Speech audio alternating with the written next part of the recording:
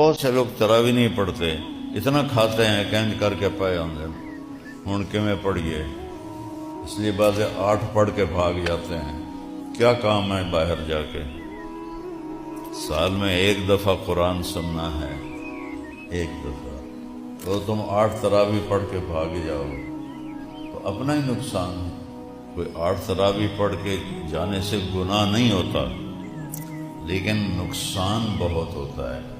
تراوی کے ہر سجدے پہ 1500 نیکی لکھی جاتی ہے، 15 چوکی 60,000 نیکی آپ کما کے جا سکتے ہیں۔